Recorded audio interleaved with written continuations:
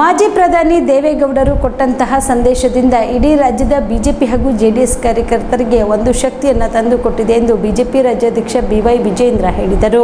ಬೆಂಗಳೂರಿನಲ್ಲಿ ನಡೆದ ಬಿಜೆಪಿ ಹಾಗೂ ಜೆಡಿಎಸ್ ಸಮನ್ವಯ ಸಭೆ ಮುಗಿಸಿ ನಂತರ ಸುದ್ದಿಗಾರರೊಂದಿಗೆ ಮಾತನಾಡಿ, ಈ ಸಭೆಯಿಂದ 28 ಲೋಕಸಭಾ ಕ್ಷೇತ್ರದ ಎರಡೂ ಪಕ್ಷದ ಕಾರ್ಯಕರ್ತರಿಗೆ ಆನೆ ಬಲ ಬಂದಿದೆ ಎಂದು ತಿಳಿಸಿದರು.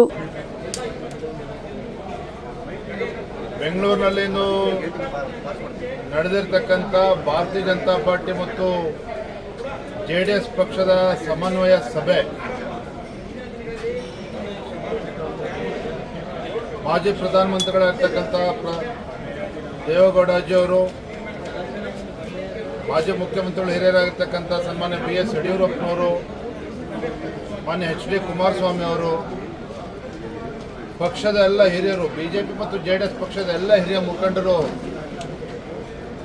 ಈ ಸಭೆಯಲ್ಲಿ ಭಾಗವಹಿಸಿದ್ರು. ಬಹಳ ಸಂತೋಷ ಅಂತ ಹೇಳಿದ್ರೆ, ಮಾಜಿ ಪ್ರಧಾನಮಂತ್ರಿಗಳಾಗಿರ್ತಕ್ಕಂಥ ಸನ್ಮಾನ್ಯ ಶ್ರೀ ದೇವೇಗೌಡಜಿಯವರು ಕೊಟ್ಟಂಥ ಸಂದೇಶ ಇಡೀ ರಾಜ್ಯದಲ್ಲಿರ್ತಕ್ಕಂಥ ಬಿಜೆಪಿ ಮತ್ತು ಜೆಡಿಎಸ್ ಪಕ್ಷದ ಕಾರ್ಯಕರ್ತರಿಗೆ ಒಂದು ದೊಡ್ಡ ಶಕ್ತಿಯನ್ನು ತಂದುಕೊಟ್ಟಿದೆ.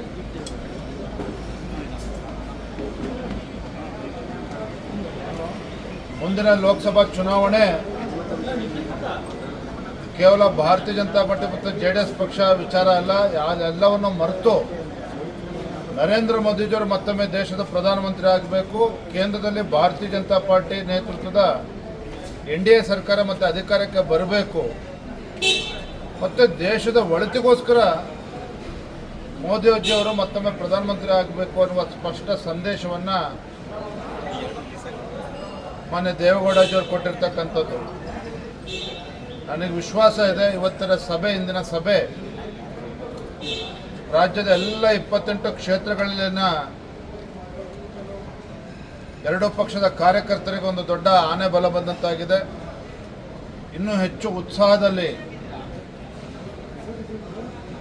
ಕೆಲಸ ಮಾಡೋದಕ್ಕೆ ಸಾಧ್ಯ ಆಗಿದೆ. ನಮ್ಮ ವೈಯಕ್ತಿಕ ಸಮಸ್ಯೆಗಳು ಏನೇ ಇದ್ರೂ ಸಹ ದೇಶದ ಹಿತದೃಷ್ಟಿಯಿಂದ ನಾವೆಲ್ಲರೂ ಕೂಡ ಒಗ್ಗಟ್ಟಾಗಿ ಒಂದಾಗಿ ಹಗಲಿರುಳು ಶ್ರಮಿಸಬೇಕು ಅನ್ನುವ ಸಂದೇಶವನ್ನು ಎರಡೂ ಪಕ್ಷದ ಮುಖಂಡರು ಹಿರಿಯರು ಇವತ್ತು ನೀಡಿದ್ದಾರೆ. Thank you.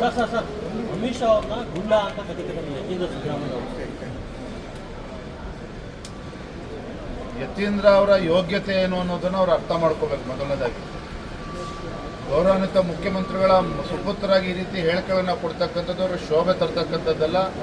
ಒಬ್ಬರು ಮಾಜಿ ಶಾಸಕರಾಗಿ ಈ ರೀತಿ ನಮ್ಮ ಭಾರತೀಯ ಜನತಾ ಪಾರ್ಟಿಯ ಪಕ್ಷದ ನಮ್ಮ ನಾಯಕರಾಗಿರ್ತಕ್ಕಂಥ ಅಮಿತ್ ಶಾಜಿಯವ್ರ ಬಗ್ಗೆ ಹೇಳಿಕೆ ನಾನು ಬಲವಾಗಿ ಖಂಡಿಸ್ತೇನೆ. ತತ್ಕ್ಷಣ ಅವರು ಕ್ಷಮೆಯನ್ನೇ ಯಾಚಿಸಬೇಕು. ಇವತ್ತು ರಾಜ್ಯದಲ್ಲಿ ಗುಂಡಾಗರ್ದಿ ಮಾಡ್ತಾ ಇರ್ತಕ್ಕಂಥವ್ರು ಯಾರು ಅಂತೇಳಿ ಗುಲ್ಬರ್ಗಾದಿಂದ ಮೈಸೂರವರು ಕೇಳಿದ್ರೆ ರಾಜ್ಯದ ಜನ ಉತ್ತರವನ್ನು ನೀಡ್ತಾರೆ.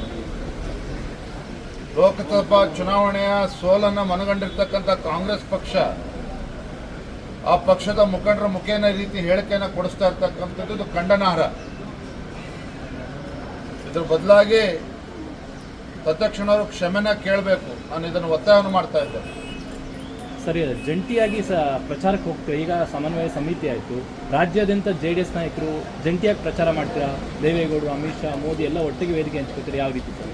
ಸನ್ಮಾನ್ಯ ದೇವೇಗೌಡಜಿಯವರು, ಯಡಿಯೂರಪ್ಪನವರು, ಕುಮಾರಸ್ವಾಮಿಯವರು, ನಾವು ಎಲ್ಲರೂ ಕೂಡ ಮೊನ್ನೆ ಮೈಸೂರಿನಲ್ಲಿ ಒಟ್ಟಿಗೆ ನಾವು ಕಾರ್ಯಕ್ರಮ ಮಾಡಿದ್ದೇವೆ. ನಾನು ಕೂಡ 4ನೇ ತಾರೀಕು ಹಾಸನ ಏನು ಪ್ರಜ್ವಲ್ ರೇವಣ್ಣವರು ನಾಮಪತ್ರವನ್ನು ಸಲ್ಲಿಸ್ತಾ ಇದ್ದಾರೆ. ನಾನು ಕೂಡ ಕಾರ್ಯಕ್ರಮದಲ್ಲಿ ಭಾಗವಹಿಸ್ತಾ ಇದ್ದೇನೆ. ಎಲ್ಲರೂ ಕೂಡ ನೋಡಿ, ನಮ್ಮಲ್ಲಿ ಯಾವುದೇ ರೀತಿ ಗೊಂದಲಗಳಿಲ್ಲ. ಏನೇ ಸಣ್ಣ ಪುಟ್ಟ ಗೊಂದಲ ಇದ್ದರೂ ಸಹ ಮಾನ್ಯ ದೇವೇಗೌಡಜಿಯವರು ಹೇಳಿದಾಗೆ ದೇಶದ ಹಿತದೃಷ್ಟಿಯಿಂದ, ಯಾಕಂದರೆ ದೇಶದ ಭವಿಷ್ಯದ ಒಂದು ಚುನಾವಣೆ ಇದು.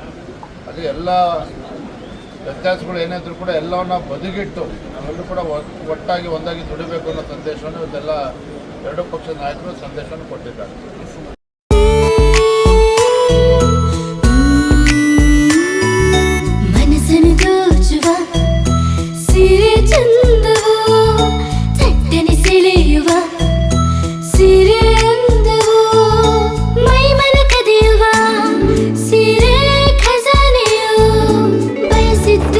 ಸಿಗುವಂಥ ಸೀರೆ ಸ್ವರ್ಗವು ಮದುವೆಯ